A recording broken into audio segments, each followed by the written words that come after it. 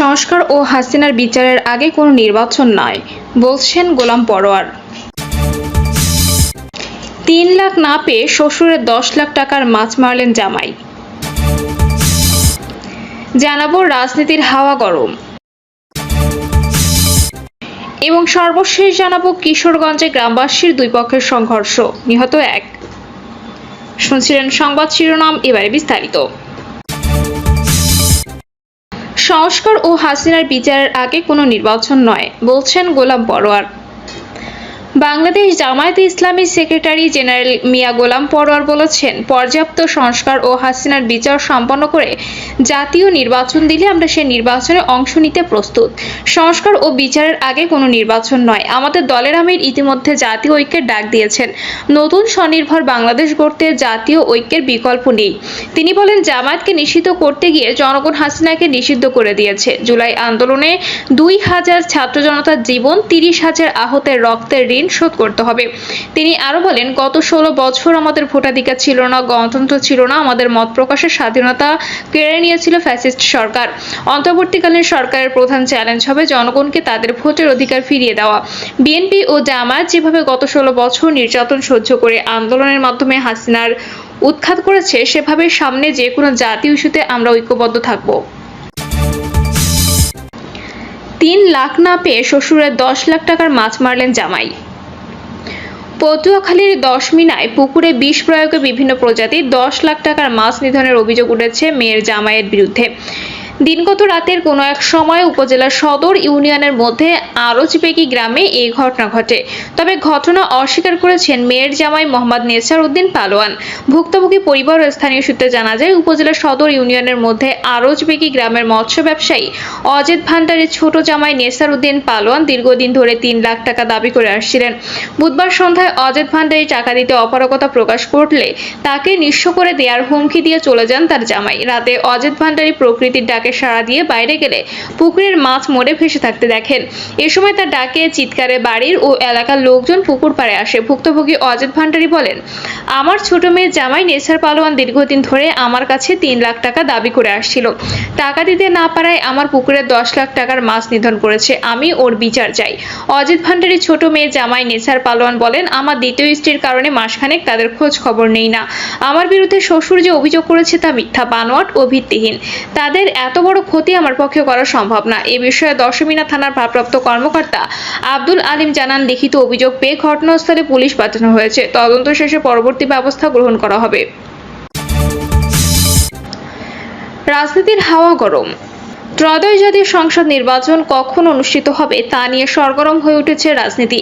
নির্বাচনের সময় ঘিরে বিএনপি, বাংলাদেশ জামায়াতে ইসলামীর নতুন দল, জাতীয় নাগরিক পার্টি সহ অন্যান্য রাজনৈতিক দলের নেতারা নানা রকম বক্তব্য দিচ্ছেন, কথা বলছেন প্রধান উপদেষ্টা, আইন উপদেষ্টা সহ সরকারে থাকা শীর্ষ ব্যক্তিরাও। বিএনপি শুরু থেকেই স্বল্প সংস্কারের মাধ্যমে ডিসেম্বরে নির্বাচনের কথা বলে আসছে। তারা প্রধান উপদেষ্টার সঙ্গে সভা করে ত্রয়োদশ জাতীয় সংসদ নির্বাচনের ডেডলাইন না পেয়ে চরম অসন্তোষ প্রকাশ করেছে। দলটি পরবর্তী ৩ মাস মাঠে থাকার পরিকল্পনা করছে। এদিকে জামায়াত ইসলামী এতদিন সংস্কার শেষে গ্রহণযোগ্য সময় নির্বাচনের কথা বলে আসছিল। বিএনপি ভারপ্রাপ্ত চেয়ারম্যান তারেক রহমানের সঙ্গে জামায়াতের আমির ও নায়েবে আমিরের বৈঠকের পর তারা বলছেন, আগামী রোজার আগে জাতীয় সংসদ নির্বাচন দিতে হবে। এর সঙ্গে দলটি ৩টি শর্ত জুড়ে দিয়েছে। শর্তগুলো হচ্ছে প্রয়োজনীয় সংস্কার, ফ্যাসিস্টদের বিচার ও সঠিক নির্বাচন পদ্ধতি। দলটির আমির শফিকুর রহমান বলেছেন, সময়সীমা কঠিন নয়, শর্ত পূরণ হলেই নির্বাচন সম্ভব। এদিকে বিএনপি সিনিয়র যুগ্ম মহাসচিব রুহুল কবির রিজভী প্রশ্ন তুলেছেন, সংস্কারকে কেন নির্বাচন ও ভোটাধিকারের বিকল্প হিসেবে উপস্থাপন করা হয়েছে। তিনি সরকারের নির্বাচনী সময়সীমা নিয়ে দ্বিধাদ্বন্দ্বের সমালোচনা করে অবাধ ও সুষ্ঠু নির্বাচনের দাবি জানিয়েছেন। বিএনপি সংস্কার বিরোধী নয় বলে জানালেও তাদের অবস্থান হলো সংস্কারের মূলে থাকতে হবে জনগণের আশা আকাঙ্ক্ষা। অন্যদিকে ইসলামী আন্দোলন বাংলাদেশ সংস্কার শেষ না করে নির্বাচনের বিরোধিতা করে বলছে, সংস্কারবিহীন নির্বাচন নতুন স্বৈরাচারের জন্ম দিতে পারে। এনসিপির শীর্ষ নেতারা বলছেন, প্রয়োজনীয় সংস্কার সম্পন্ন করে ডিসেম্বর বা জানুয়ারিতে নির্বাচন হলে তাদের আপত্তি নেই। তবে নির্বাচনের আগে গণ অধিকার পরিষদ নির্বাচন করে সংবিধান পুনর্লিখনের কথাও বলেন দলটির নেতারা। জাতীয় সংসদ নির্বাচন ইস্যুতে আইন, বিচার ও সংসদ বিষয়ক মন্ত্রণালয়ের উপদেষ্টা অধ্যাপক আসিফ নজরুল বলেন, আগামী ডিসেম্বর থেকে জুনের মধ্যেই জাতীয় সংসদ নির্বাচন হবে। ডিসেম্বর থেকে জুন মানে আমরা ইচ্ছা করে দেরি করে বা মে বা জুন মাসে নির্বাচন করব সেটা নয়। ডিসেম্বর থেকে জুন মানে হচ্ছে এই সময়ের মধ্যে যত তাড়াতাড়ি সম্ভব। এদিকে সংসদ নির্বাচনের সম্ভাব্য সময় চলতি বছরের ডিসেম্বর ধরেই প্রস্তুতি নিচ্ছে নির্বাচন কমিশন। নির্বাচন কমিশনার মোহাম্মদ আনোয়ারুল ইসলাম সরকার সাংবাদিকদের বলেন, বর্তমান অন্তর্বর্তী সরকার ঘোষিত টাইমলাইন ধরেই প্রস্তুতি নিচ্ছে ইসি, আর সেটি হচ্ছে ডিসেম্বর। আগামী জুন জুলাইয়ের মধ্যে এ সংক্রান্ত রোডম্যাপ প্রকাশ করা হবে। অন্যদিকে আমার বাংলাদেশ পার্টির চেয়ারম্যান মুজিবুর রহমান মঞ্জু বলেন, বিএনপি আগামী ডিসেম্বরের মধ্যে নির্বাচনের দাবিতে অনড়। সরকারের কথা বোঝা যাচ্ছে তারা ডিসেম্বরে নির্বাচন চায়। সরকারের কথায় বোঝা যাচ্ছে তারা ডিসেম্বরে নির্বাচন করতে পারবে না। সরকার আগামী বছরের জুন নাগাদ নির্বাচন করতে চায়, অর্থাৎ এখানে 6 মাসের সময়সীমা নিয়ে বিরোধ। এটা এখন আলাপ আলোচনার মাধ্যমে সমাধান করতে হবে, অন্যথায় জটিলতার সৃষ্টি হবে। বিএনপির বাইরে অন্য রাজনৈতিক দল এবং অংশীজনের মতামত এখানে গুরুত্বপূর্ণ। জামায়াত দেখলাম রমজানের আগে নির্বাচন চায়। এর আগে তারা নির্বাচন নিয়ে সুনির্দিষ্ট সময়ের কথা বলেনি, তারা যৌক্তিক সময়ের কথা বলেছে। তবে এখন হঠাৎ করে রমজানের আগে নির্বাচনের কথা বলার বিষয়টা অন্যরকম ইঙ্গিত দিচ্ছে। এরকম পরিস্থিতিতে যদি রাজনৈতিক দল ও অংশীজনের মধ্যে ঐকমত্য না হয়, তাহলে গণভোট ছাড়া গত্যন্তর থাকবে না। বিশ্লেষকরা বলছেন, নির্বাচনের দিনক্ষণ বিষয়ে অনেকটা বিপরীতমুখী অবস্থানে থাকা বিএনপি ও জামায়াতে ইসলামী এখন প্রায় কাছাকাছি চলে এসেছে। বড় দুই দলের চাওয়ার মধ্যে সময়ের হিসাবের পার্থক্যটা এখন থেকে 1.5 মাসের মতো। এছাড়া চলতি বছরের মধ্যে নির্বাচন চেয়েছে সমমনা ইসলামী দলগুলো, অর্থাৎ নির্বাচনী দিনক্ষণ ইস্যুতে বিরোধী দলগুলোর মধ্যে কিছুটা নৈকট্য বা কাছাকাছি মতামত দেখা যাচ্ছে। তবে মৌলিক সংস্কার ইস্যুতে এখনো মতপার্থক্য রয়ে গেছে।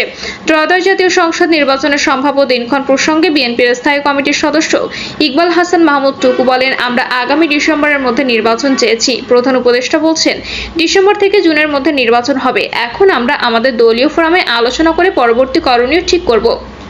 বিএনপি নেতৃত্বাধীন ফ্যাসিবাদ বিরোধী যুগপৎ আন্দোলনের শরিক গণতন্ত্র মঞ্চের অন্যতম শীর্ষ নেতা ও বিপ্লবী ওয়ার্কার্স পার্টির সাধারণ সম্পাদক সাইফুল হক বলেন, নির্বাচনের রোডম্যাপ একটা গুরুত্বপূর্ণ ইস্যু হিসেবে সামনে এসেছে। এই ইস্যুতে বিরোধী দলগুলোর মধ্যেও আলোচনা বোঝাপড়া কিছুটা নৈকট্য দেখা যাচ্ছে।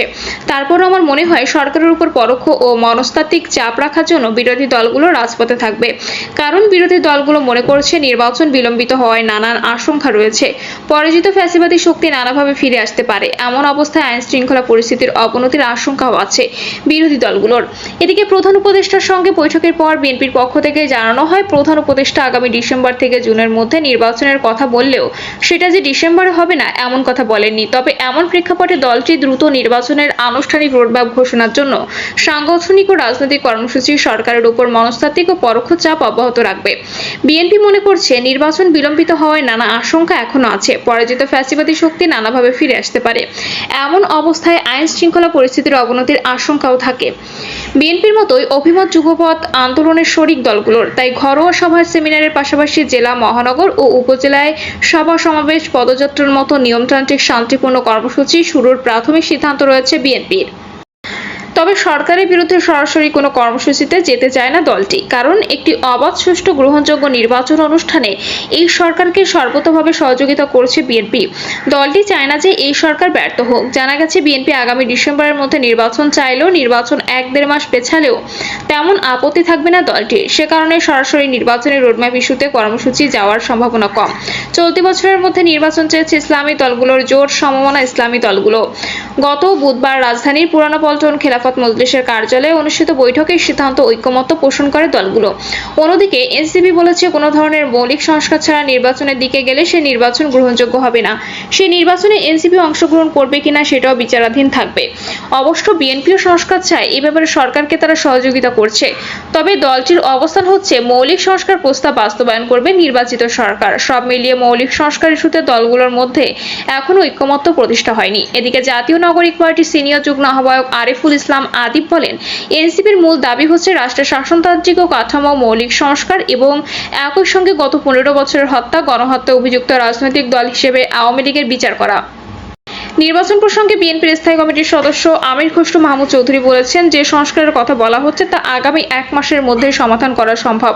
কারণ সংস্কারের ব্যাপারে বলাই হয়েছে, যেগুলোতে ঐকমত্য হবে সেগুলো সংস্কার হবে। বাকি যেসব সংস্কারে রাজনৈতিক দলগুলো ঐকমত্য হতে পারবে না সেটা নির্বাচিত সংসদ করবে। সুতরাং ডিসেম্বরের আগেও নির্বাচন হতে পারে। প্রিয় দর্শক, এই ছিল এখনকার সর্বশেষ সংবাদ। আপডেট সব সংবাদ পেতে চ্যানেলটি সাবস্ক্রাইব করে বেল আইকনটি ক্লিক করে রাখুন।